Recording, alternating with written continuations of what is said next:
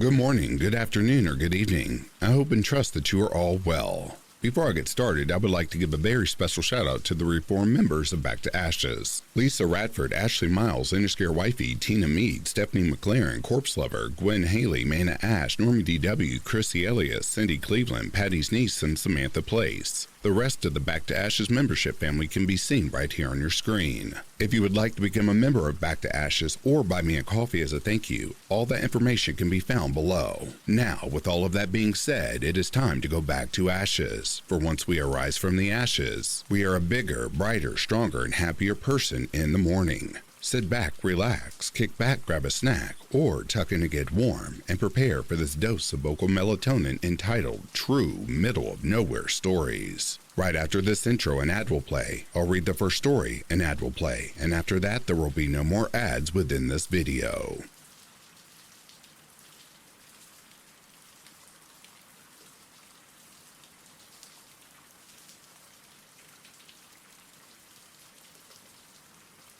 So, I went on a backpacking trip in some youth program in the North Cascades near Seattle.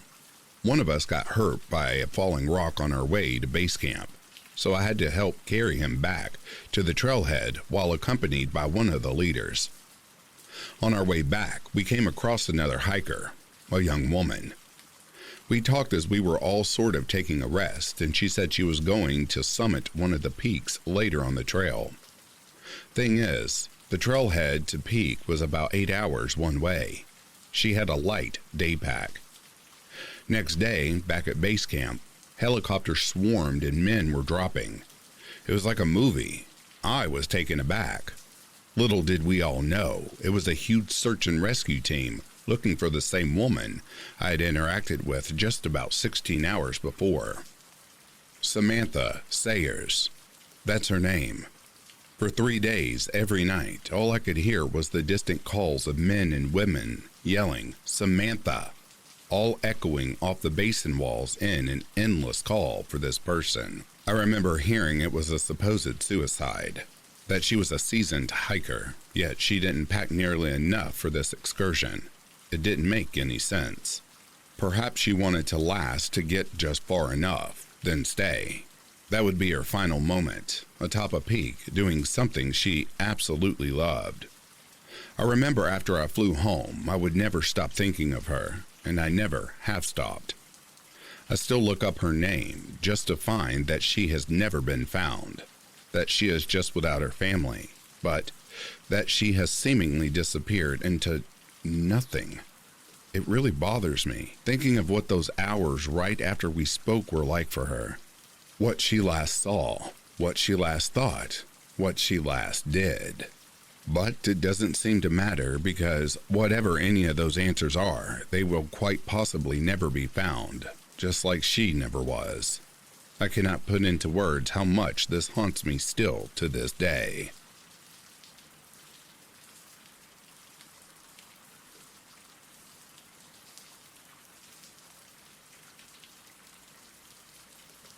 I used to work for a pest control company and did most of the termite pre-treatment work. This typically involved working super late into the night to get the work done before concrete crews got started in the morning. I was on a job site for a big custom house way out in the desert. The entire job site was surrounded with high barbed wire fence with a drive-through gate. I was down in a dugout area for a basement with my truck, working away, when I heard the fence line rattle. I was wearing a hat-mounted flashlight, so I looked up and scanned the fence line thinking a coyote was walking along it. Instead, I found a woman trying to climb the fence, but unable to get past the barbed wire portion.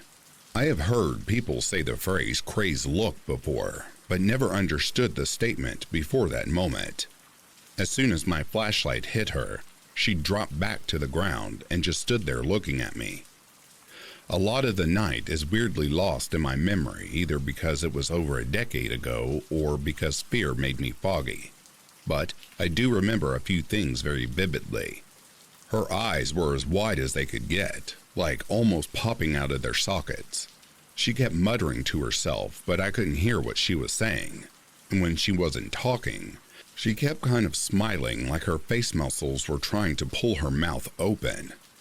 All she was wearing was a super dirty and torn up long shirt or dress, and she had no shoes on.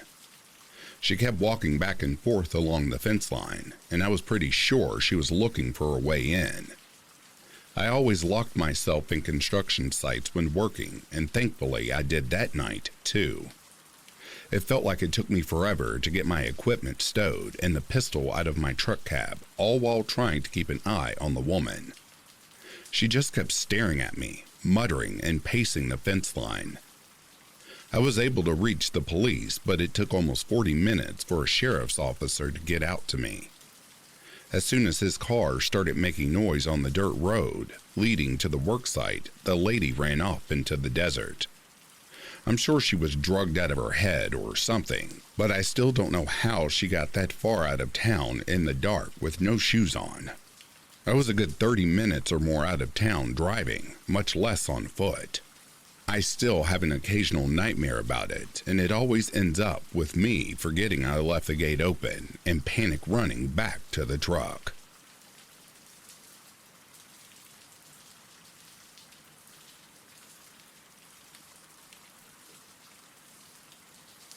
I live on a ranch off of a quiet dirt road. Our distant neighbors, nearest house is about 1 mile away as the crow flies, have had issues with people stealing things out of their outbuildings and storage sheds in the area. It was also late in the year, so it was starting to get dark at around 6 p.m. So as a result, every time I would see headlights go down our road, I would watch to make sure they weren't stopping on the property. One evening, I see a vehicle going very slowly down the road and come to a stop at the end of our driveway, about 120 yards from our front porch. The vehicle was parked in front of a 60s pickup I have parked, so I think whoever it is might be looking to steal it or just looking over the property. Whatever the case, I decide to put on a black coat and grab my rifle to go investigate. It's dark out, so I stay out of the headlights of the vehicle so I can get close. I can tell it is a white van, but I don't see anything else distinguishing about the van. When I'm about 50 yards away, the van backs up and turns into our driveway. I freeze as the headlights wash across me standing in the middle of my driveway, and I see the reflective FedEx logos on the side of the van. Needless to say, the FedEx driver probably shit his pants as he suddenly sees a dark figure standing in the middle of a field in the dark, holding a rifle. Surprisingly, after I try to give a friendly wave and smile, he continues up the driveway to the house, and I get to explain the situation and we both have a laugh. So, that's how I got to be the creepy guy to some FedEx delivery driver out in the middle of nowhere.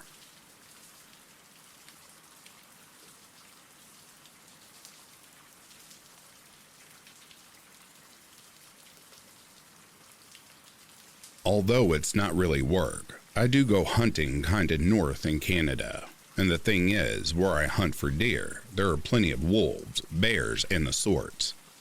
So I stay in a cabin up there. You aren't always on your toes, but you want to bring a rifle with you to go anywhere, even if you don't plan on shooting anything. So, it's like 5 a.m., and I'm on the four-wheeler in freezing weather to get to my tree stand before dawn hits, and I swear to God, I keep hearing crashing through the bushes. I dismiss it for probably being ice cracking the branches from last night's snow, but creepy nonetheless. As I reach my stand, I climb up and settle for the morning.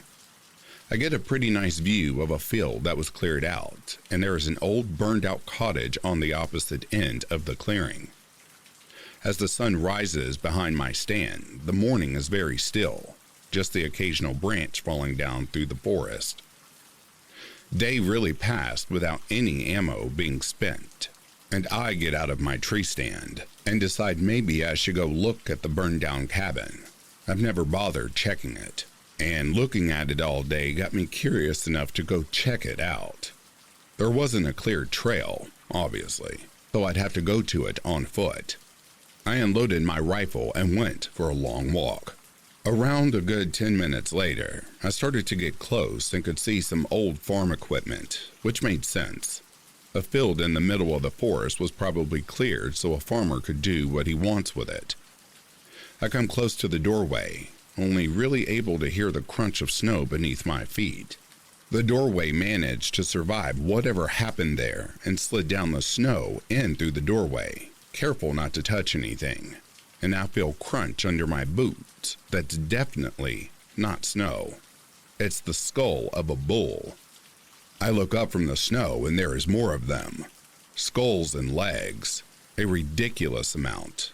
But the part that alarmed me is that I could see a tint of red in the snow underneath one that was still covered in skin. So I said that and bolted back across the field and didn't look back. Why was someone collecting that shit in the middle of the forest? I don't have a clue and don't want to even think about it. Next year I move my stand and I never want to go back there.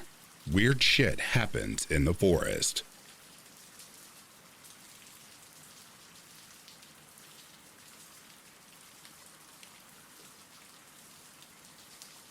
I remember a time when I was almost abducted when I was a kid. At least I thought I was. I lived at my grandmother's house out in the middle of nowhere, Texas. Our neighbors lived closer to the main county road, and my grandmother's house was on the back of a 5-acre lot. Across the main street was an army depot, nothing but woods and yellow daffodils. My parents were at work, and my grandparents were in the house watching the Golden Girls. My father had bought me a bike as a birthday gift. I just turned 9, so I was riding my bike up our long driveway. Our neighbor to the left, a really old elderly woman, had no one to visit her or to talk to her, so I often played at her house and helped her with anything she asked me to do. That day, I wanted to show her my new bike. She was sitting on her porch when I visited her. She had no errands or chores for me, so I talked to her for about 15 minutes and showed her my bike. Then I returned to my own driveway. I had been riding back and forth for about 15 minutes, listening to music on my MP3 player, when I had this sudden, nauseating pain in my gut. I looked around, only to find a car passing by. I recognized it as my elderly neighbor's car and waved to her. She stopped long enough to talk to me. As she pulled into our driveway, just far enough that the tail end of her car wasn't in the street, a white van marked with some electric company's name and a ladder on the roof passed by. In our area, there was only one electric company. The one on the truck was not ours, so I found it strange but quickly dismissed it to talk to our neighbor. A good 10 minutes passed when I noticed the van was driving by once more and going in the direction it came from. Maybe the man was lost, I thought, and kept talking to my neighbor. She gave me a bag of her garden tomatoes and cucumbers for my grandmother before telling me to run on home. I watched her as she drove away. Then that sudden pain returned. I had forgotten all about it. I looked up to see the white van was driving in my direction, going much faster than it had been. Something inside me screamed to run, to do something. Whatever it was, I had to get away and do it fast. I dropped the bags in my hand and ran across the small pasture to my elderly neighbor's house. She was no longer on the porch, but her house was much closer than my grandmother's was. As I hopped over the neighbor's fence, the van sped up as it cut into the neighbor's driveway. I made a quick decision to run up the back steps instead of running around the front of the house. My neighbor had a long wraparound porch and her driveway was small. If he had intentions on kidnapping me, it would have been too easy for him to catch me trying to run around the front of the house. I was in tears as my neighbor locked her doors and called the police. She'd seen everything and called my grandfather first. It would have taken way too long for the police to arrive. My neighbor put me in her room and locked the door behind herself. Moments later, I heard banging on the front door. As terrified as I was, I looked out of the bedroom window to find a tall and lean man standing on the front porch. He looked like he might be in his mid to late 20s. Dark hair, blue jumpsuit like Michael Myers. He had aviator sunglasses on, and I could see he had a dark beard. He banged on the door once more, then began walking around the house. He was looking in the windows when my grandfather arrived. That very moment he saw my grandfather, the man ran back to his van and sped off. I'm 25 now, and thankfully, I never saw that van again.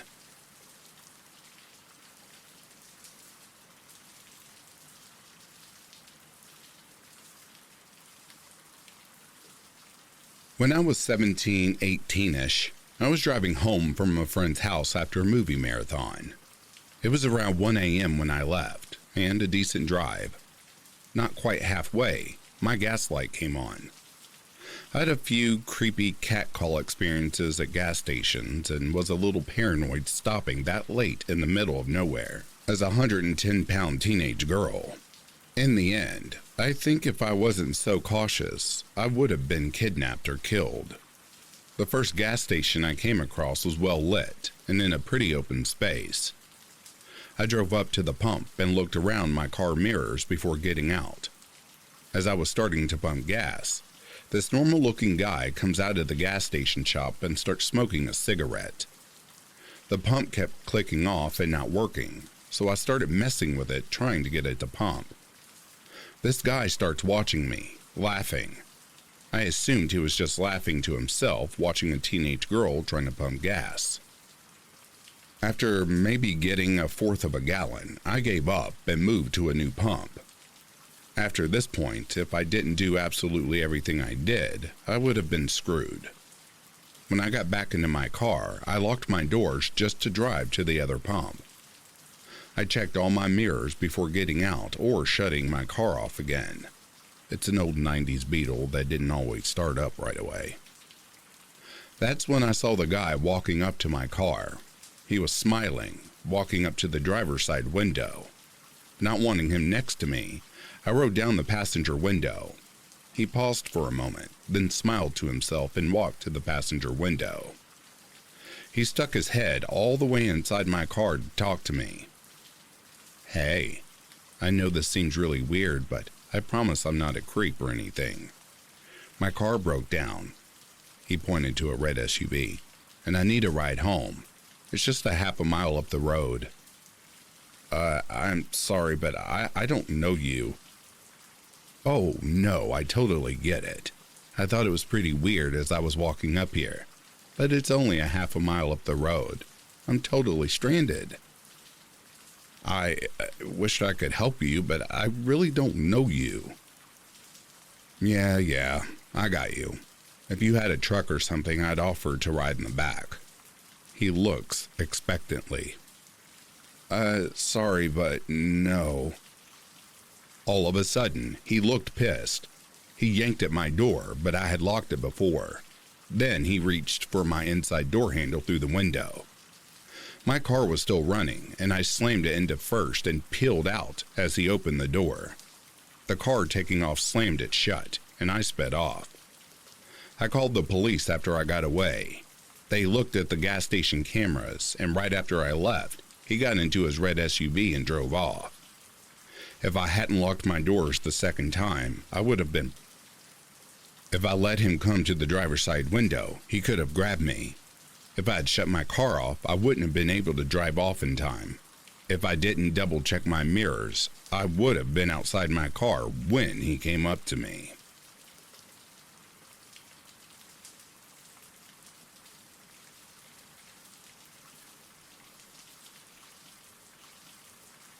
This happened a while ago, so my recollection of this isn't going to be word for word, but here it goes. I'm a teenager. Me and my mother live alone. We live basically in the middle of nowhere. The nearest town is less than an hour away, and the only things we have near us are a gas station and a bar. I know everyone who lives near me, and we rarely ever see new people in our neck of the woods. So just seeing someone who isn't familiar is suspicious enough, so this was pretty creepy.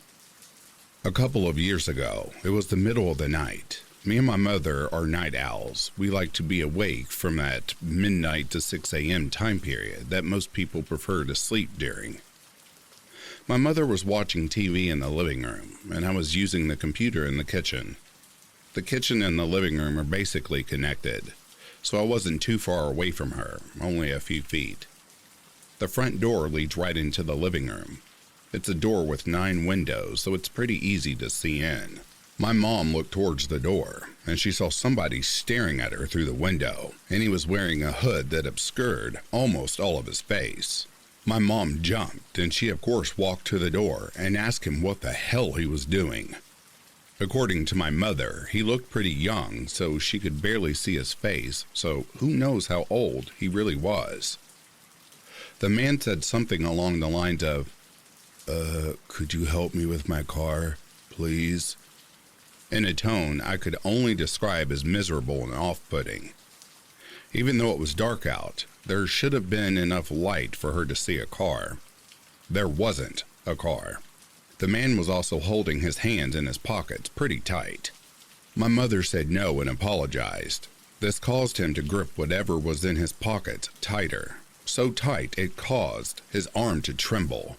He stayed for a few more minutes, and then he had swiftly disappeared.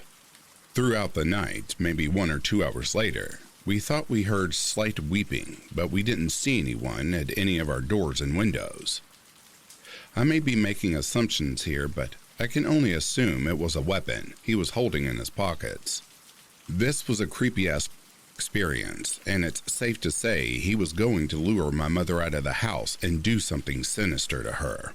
A year ago, there was a very small metal plate jammed between the front door strike plate and the piece that goes inside of it. I'm not sure what it's called.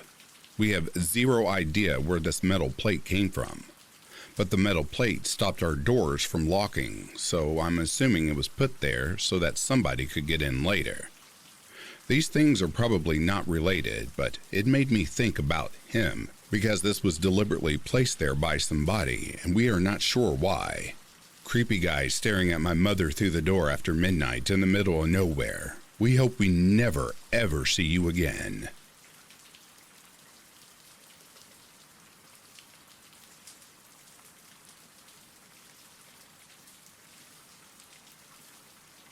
Alaska is the perfect place to go if you want to get away from the rest of the world. As America's least densely populated state, you have plenty of breathing room for any kind of authority or prying eyes that may want to know what you're up to. For this reason, my home state is very attractive to all sorts of weird and unsavory groups. I've stumbled across Scientology centers at the end of a dirt-back road with nothing else for miles around. Heard stories from doomsday preppers who claim to have bunkers made out of shipping containers in the sides of mountains, and met people who have come out of religious cults in the interior that wanted to keep their followers away from any contact with the outside world. All of this and more you can find in Alaska. I was born and raised in Anchorage, the only big city in the state. Growing up, we had about 250,000 people in a city. It takes about 30 minutes tops to drive across, so that gives you an idea for what we up north consider a big city. The only other real city in the state is Fairbanks.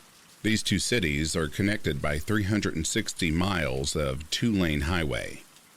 It's a 7-hour drive one way to get between them through one of the most beautiful landscapes on the planet. Mountains rise up on either side of you between Anchorage and Denali National Park before you drive through these colossal canyons, carved out of the rock over tens of thousands of years by melting glaciers and rivers. Past Denali is another 3 hours of driving through a vast, flat interior plain with mountains in the distance. I say all of this to help you understand just how desolate it feels in the Alaska, even on the highway. After you get out of Anchorage or Fairbanks, there is nothing but wilderness as far as the eye can see, save for the occasional small town with a max population of about 1,000 people on a good day. 10 years back, it was even less. Alaskan girls are built tough. We change tires, hunt, fish, camp, and generally have a great appreciation for the great outdoors that women in the lower 48 don't really have if they're near a city. The joke is that Anchorage is the biggest rural city in the country. All this brings context to the following story. In high school, things were different, or at least they felt different. I was a young and stupid woman who thought I could conquer anything due to the aforementioned built tough attitude I was raised with. Senior year of high school, I decided to treat myself to a camping trip into the mountains up past Talkeetna. Nothing fancy, just an overnight or two in the most beautiful state at the most beautiful time of the year, mid-June. Going up north in peak summer here has a weird feeling to it. The sun never really sets. If you've ever seen the movie Midsummer, that's what it's like. It gets to about dusk and that's it. It's still bright and sunny out the whole night through. Shout out to the leaders in the far north of Scandinavia and Greenland. The false sense of security I had thinking that the midnight sunlight would mean safety probably nearly got me killed, or worse. My second mistake was not telling anyone where I was going. I just packed up for my trip, stopped at Subway for lunch, and headed out into the great beyond. The drive was fine. A solid 2.5 hours of driving north along the highway took up most of the afternoon as I jammed out to the greatest hits from the radio on Cool 97.3. After you get through the Matsu Valley, you get into the mountains again. Tall spruce and evergreen trees line the road on both sides, with the occasional empty space where there has been some clear-cut logging. All of this gives you a sense that while you're out in the wilderness, you are still connected to civilization in some way.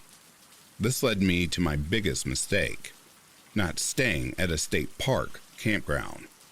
I was in high school with only a part-time job and didn't want to pay the $15 overnight camp fee and was too scared to risk the fine, so I found a spot that looked good and pulled off the road.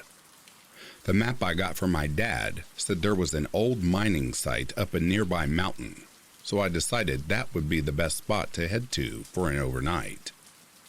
My logic must have been that it was badass to spend a night in a mining ghost town or something. Pulled off the road, packed up my backpack, put on some bug spray, grabbed my map and compass and started off into the woods. Now, this hadn't been the first time I had done this. I've been on wilderness backpacking trips on my own with my dad throughout my childhood. I knew my orientation skills and had taken some wilderness survival courses at camp.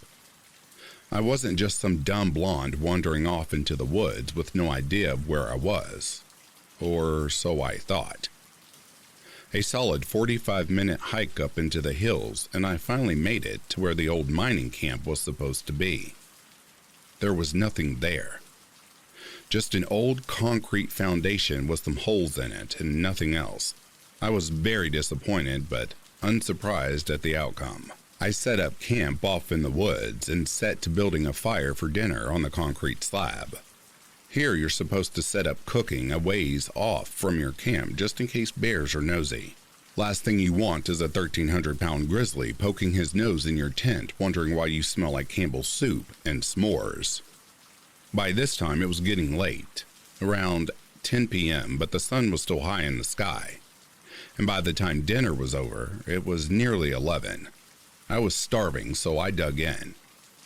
About an hour later, it was about as dark as it was going to get, so I hunkered down in my tent for the night, confident that the overgrowth was private enough for whatever animals might come out around then. I woke to voices in the distance and slow-moving crashing through the underbrush. My first thought was, hunters. My dad and I had ran into a few on some campouts, so it wasn't uncommon. I relaxed and figured they would just pass through without incident and close my eyes again. That's when they found my fire pit. A man's voice cried out into the brightish forest. "Who the f*** is camping on our property?" I froze. I knew I had f***ed up and was getting up, grabbing my purse and putting on my shoes so I could go apologize before I heard the man again. "When we find you, you're f***ing dead. You're on private militia property, and trespassers get shot." That's when the whole situation changed. I didn't know what to do. I couldn't just pack up my tent and shit with some armed guy lurking around. I carefully put my shoes on, put my keys in my purse, and slunk away into the underbrush as quietly as I could. My thought was to slip away, wait until they got bored and left, then go back, pack up, and leave. I spent 20 minutes hunkered behind a log in the woods, barely in earshot before I heard a second voice calling for the others. They found my tent and were tearing it apart, going through all of my stuff. I heard one shout out, "Bed still warm," and "Trespassers a chick, she left her underwear."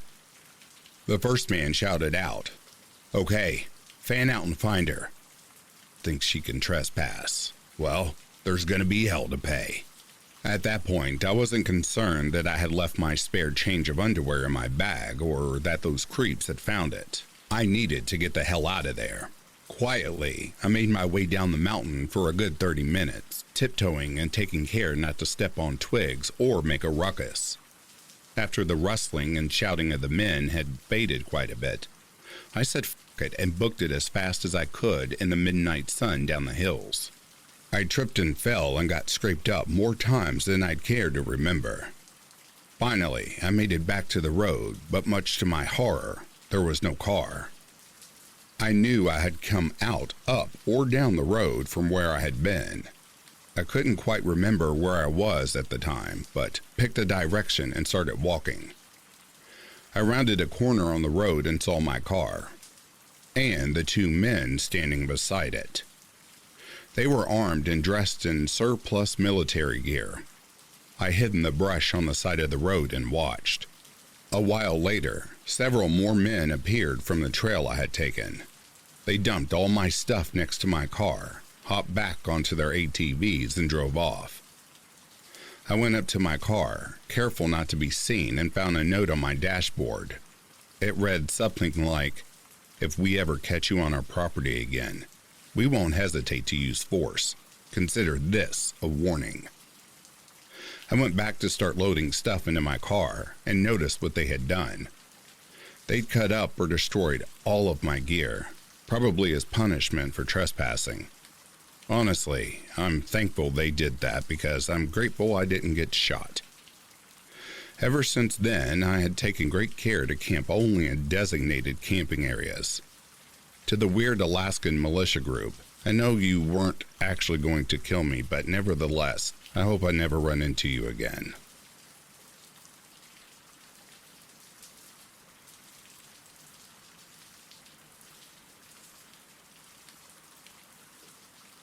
I used to ride a motorcycle as a sole method of transportation when I was studying, and I used to work on hotel cocktail bars during the summer holidays. 6 years ago, I was working at a historic, stereotypically grand hotel in a very rural area of the UK. I worked a long afternoon and evening into the night. Finished cleaning up the bar at around 2 a.m. and walked through the underbelly of the hotel to retrieve my motorcycle and make the journey home. I can still clearly remember the feeling of the crisp night air and the absolute pitch-black silence of the countryside after the hot and seemingly never-ending nights of serving drinks to dinner-goers and party-goers. It was always sort of intensely relaxing, now that being an adult meant not being scared of the dark or being outside on a motorcycle in the middle of early nowhere at 2 a.m. Riding through the local town took me a few minutes before I left to follow the dark country roads home.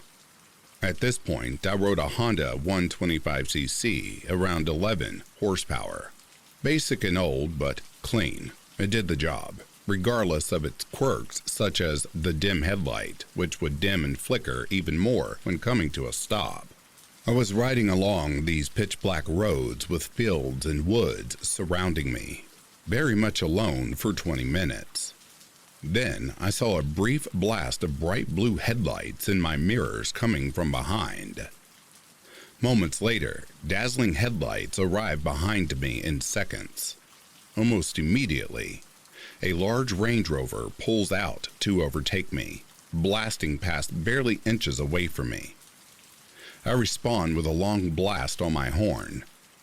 Big mistake. The Range Rover pulls out in front of me and slams on their anchors, in what seemed like an attempt to have me lose control under sudden braking or rear-ending the range. Bikes can, even when they're old and rely on drum brakes, stop pretty quickly, so I didn't rear-end the maniac in front of me. I came to a controlled stop.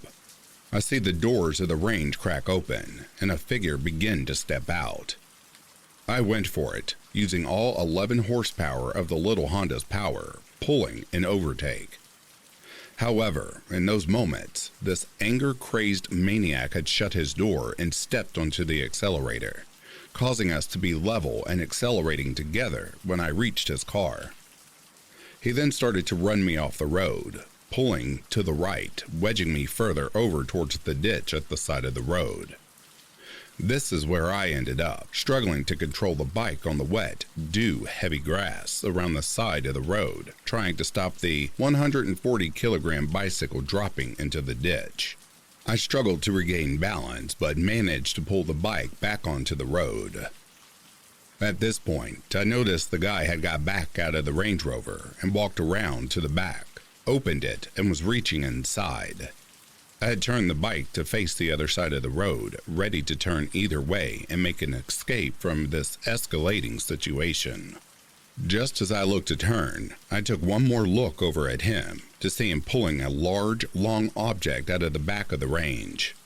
I just went for it, taking another glance over my shoulder after 200 meters to see he'd begun to continue driving up the road away from where I'd run off the road. I slowed down to see what he'd do next after driving away from me. He reached the top of the road and pulled over to the left, waiting for me, the lights reflecting on the road. It was eerie. My heart was beating so fast, yet I felt like time had stopped. I just carried on into the opposite direction to find an alternative route home in the pitch black. Just before doing this, I checked my phone for signal to see that I had no mobile coverage at all. To this day, I'm still really cautious about taking roads at night.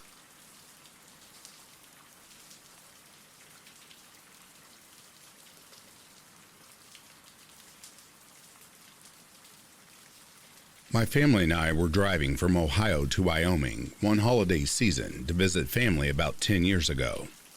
Due to storms farther north, we traveled straight west instead of northwest at first and split the trip at Omaha, staying the night before heading up through Nebraska into South Dakota. Once we were far enough north, we turned west onto I-90. At that point, it had been over an hour since we saw anywhere that might have had a public restroom, and we were on state route, so no rest areas.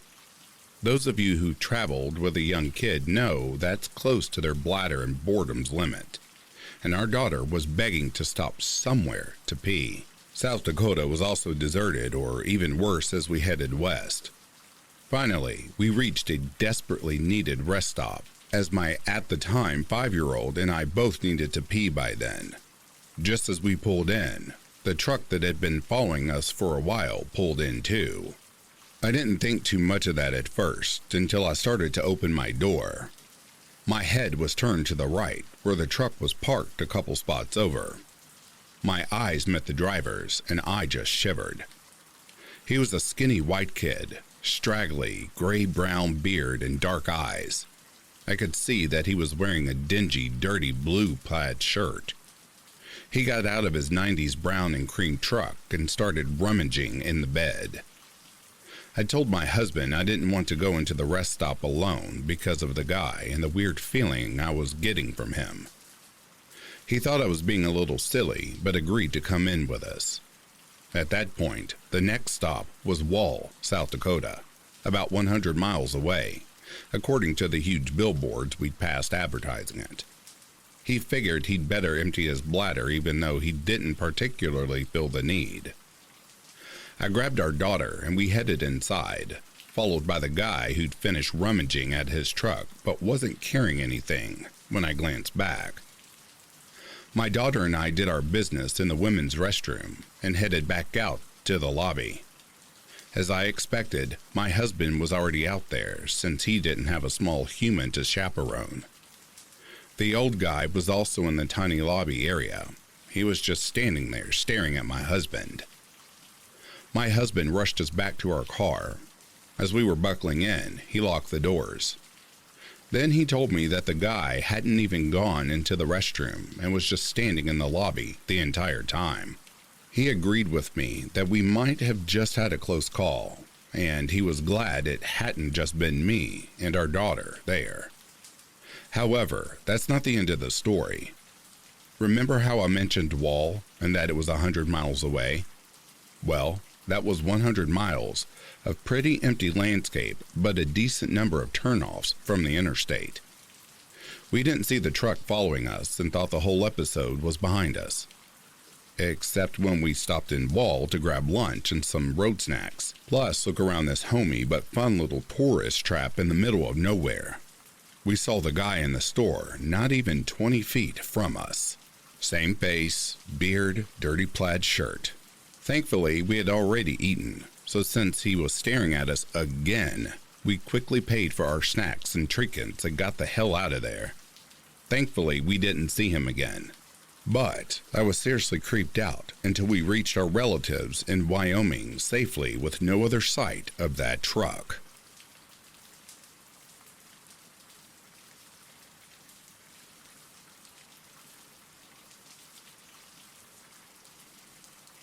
Okay, to start, I'm a 23-year-old.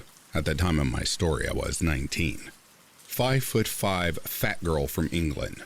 My weight and country come into play later. So, I used to walk my dog at night until this experience. Not the kind of dark where you can't see anything, but the kind where you can make out a fair bit, but not perfectly. Disclaimer of what the area is like. Middle of nowhere village. Everyone knows each other. Strangers or visitors are always spotted. A fair few of my neighbors walk late, and the neighbor I meet most, who always goes out then, is a 6'3", heavily tattooed 46-year-old man with two very unfriendly big dogs, one Mastiff and one German Shepherd.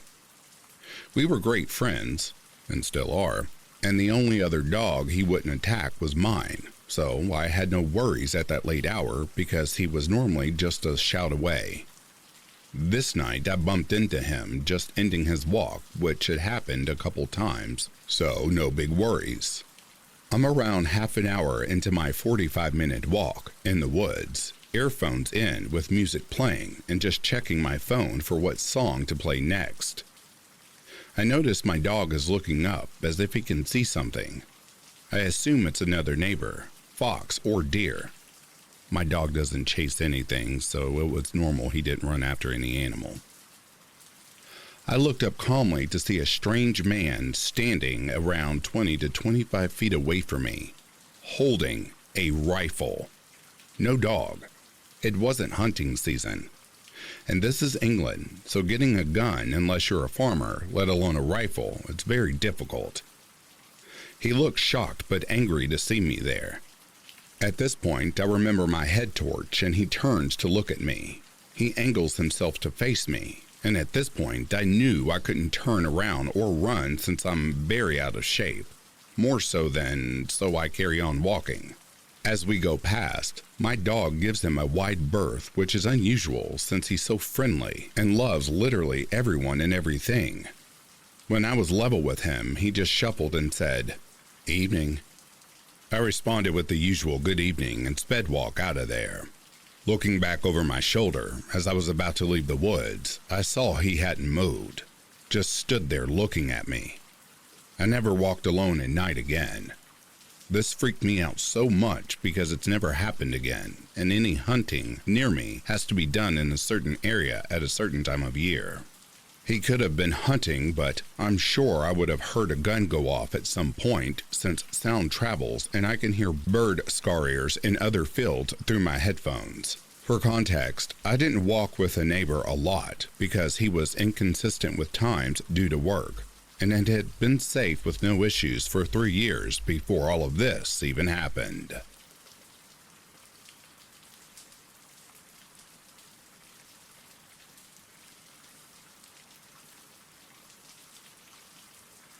So, we live in the middle of nowhere, so to speak. Closest neighbor is about 900 meters away by road, and 600 if you cut through their forest. We have lived here for quite some time and never had really that much of a problem with the neighbors. My mom has 4 large dogs, 2 being Alaskan Malamutes, 1 Husky Malamute mix, and 1 German Shepherd Malamute mix. They bark at things they see. If they see hunters or deer or moose on the far side of the field next to our house, or whether it's a car driving or people walking up and down our road, they bark really loudly. And when I say our road, I mean our road. It's about 200 meters long and led only to our house and away from it. No other properties. One of the dogs is inside at night. 2 are inside a large fence area, and 1 is outside the fenced area on a chain leash connecting to her doghouse. They are really the sweetest dogs and couldn't hurt a fly. Well, maybe a fly, but never people. They do have a large problem with running away though, meaning that if they somehow get loose, they stay loose for a few hours, roaming other people's properties unless you catch or lure them back within seconds. They come back on their own after approximately 3 to 5 hours, but we try to find them and catch them before they cause any harm on others.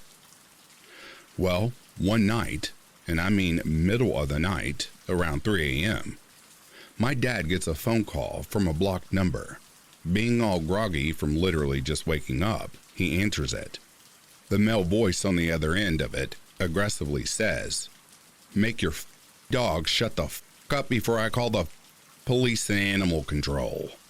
My dad just apologizes and the other person hangs up. My dad got up worried and goes to check on the dogs. I know you're getting ahead of yourselves, but our dogs are still there.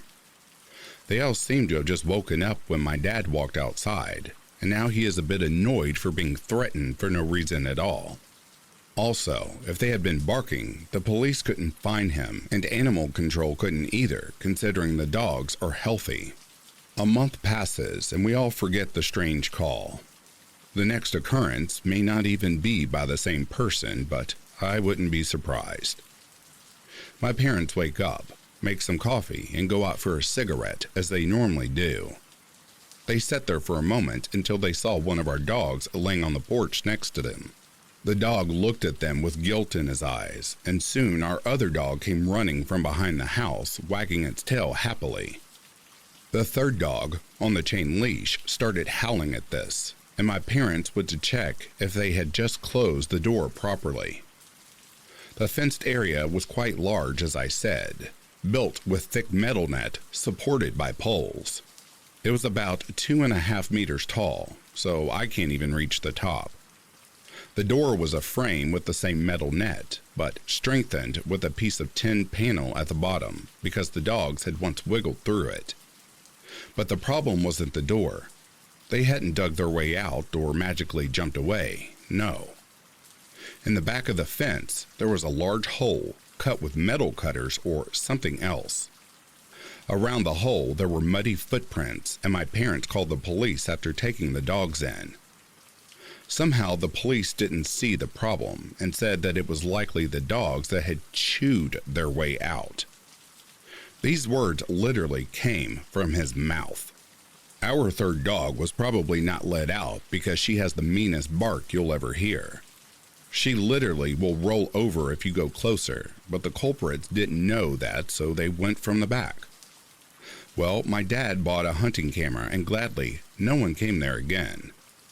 Maybe the scariest part of them being let out of the pen is that it was hunting season, and a hunter could have shot the dogs during the night.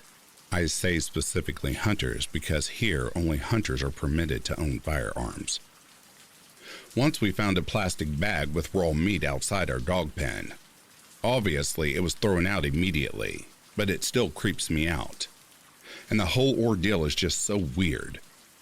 Maybe it was a messed up prank and the consequences were unclear to those doing it. Maybe they tried to catch the dogs and take them, but they were too fast and strong.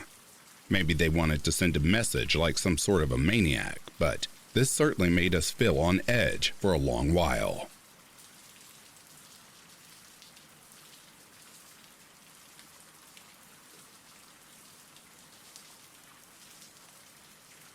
This happened a few years ago in a campground in Florida. I visit this campground every 2 years, and I was very familiar with it at this point. This is the first time anything like this has happened. This campground is also in a national park, so there's a thick forest surrounding it, pretty much in the middle of nowhere, but still in the park. My cousin and I left a cabin and went on a walk down the road and through the woods at sunset. About a mile or so in, we go off the road into an area that I am familiar with. It has a roundabout type road with trim weeds in the middle. The roundabout has 2 roads to it, the one we entered from and another that leads to an area I'm not very familiar with. To the left of the roundabout was a large cabin my family frequently rented out for events. To the right was a picnic area gazebo that overlooked a pond. We were completely surrounded by dense woods. My cousin and I go to the gazebo to talk and watch the gorgeous sunset over the pond. We found the fuse box for the gazebo and turned it on for a little extra light while we talked. After a while, darkness started to catch up with us, and we realized the area looked like a perfect spot for a horror film to take place. So we decided to turn off the lights and head back to the cabin. Being in the middle of nowhere in a national park, there were no light poles or street lights. It was pitch black, save for our phone flashlights. Once we turned off the gazebo, we noticed something that shouldn't be there. In the middle of the roundabout area was a green light or orb suspended about 5 feet in the air. It was about the size of a grapefruit, and it didn't move. There was nothing in the roundabout that would produce light, and the light didn't illuminate anything or look like it was attached to anything. My cousin and I are a little freaked out by this and make our way towards the road, avoiding the orb as much as we can. A short ways down the road, we realized we had no idea where we were and that we went down the wrong road. We returned to the roundabout area, and the orb is still there. Unfortunately, the road we needed to get to was on the other side, meaning we would have to pass the light about 6 foot away to get to it. We try our best to walk by, and with a closer look, I still couldn't see the source of it. We eventually returned to the cabin, and all was good. That was my first and only time being in that area at night. I didn't take photos because I was pretty scared of being in pitch black woods in the middle of nowhere at night, and was using my phone's flashlight to make sure I didn't accidentally step on a snake. That night I Googled for any paranormal activity in that campground and only came up with random articles saying, "The devil appears in," insert campground name here, type of stories. Nothing really explains the orb though. I asked my friend about it, and he said it was probably an animal spirit, but it was very motionless.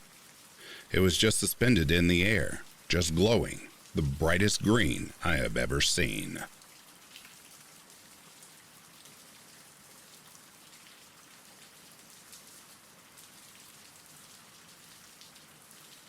Me, my friend, and my girlfriend were staying on top a small mountain in a yurt in North Carolina for 3 days.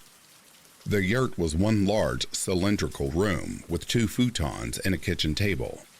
2 doors to enter the yurt off of the porch that circled one half of the building. The first door was to the north and the second door to the west.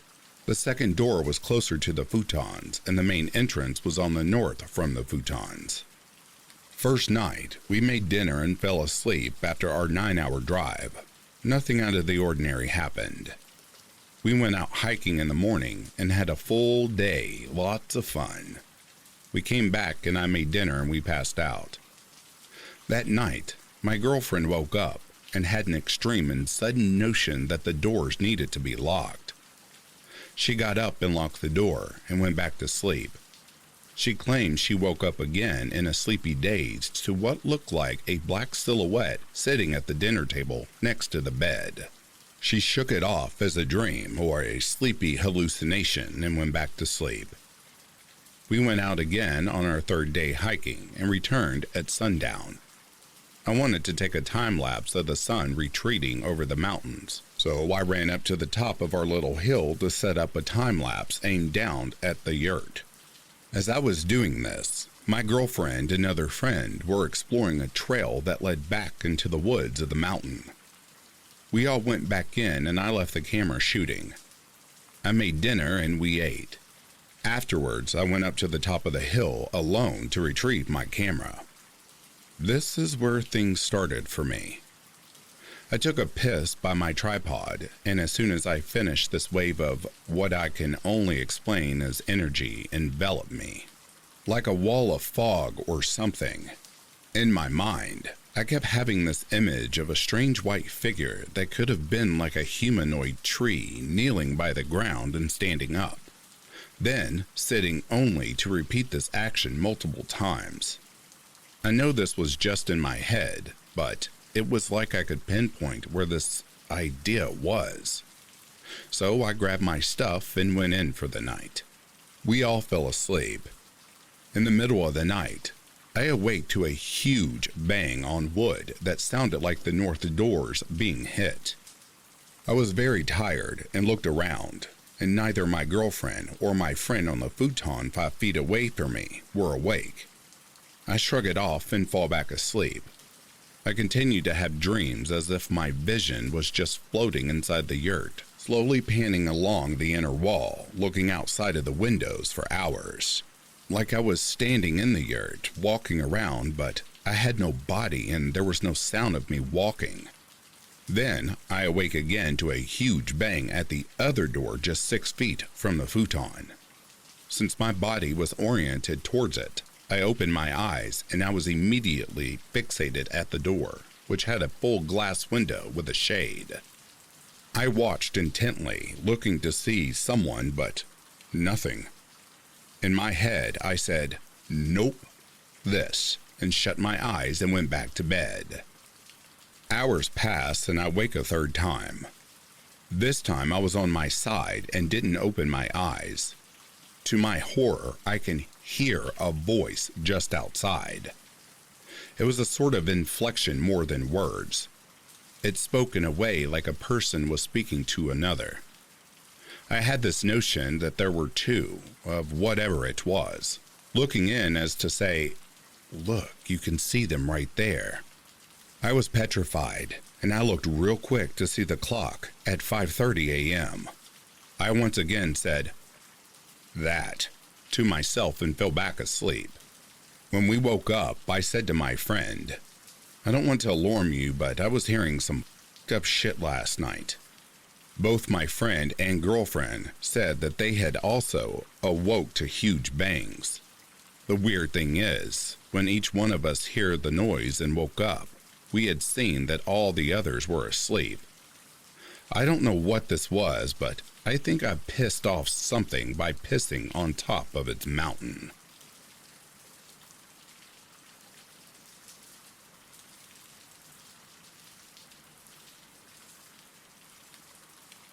And that, dear listeners, brings a close to these True Middle of Nowhere Stories, Volume 3. If you are sleeping, I hope Slumberland is treating you kindly. If you are awake, I hope you've enjoyed this collection. In the meantime, please take care of yourselves. I'll be reading to you soon. Have yourself a good morning, a good afternoon, or a good night.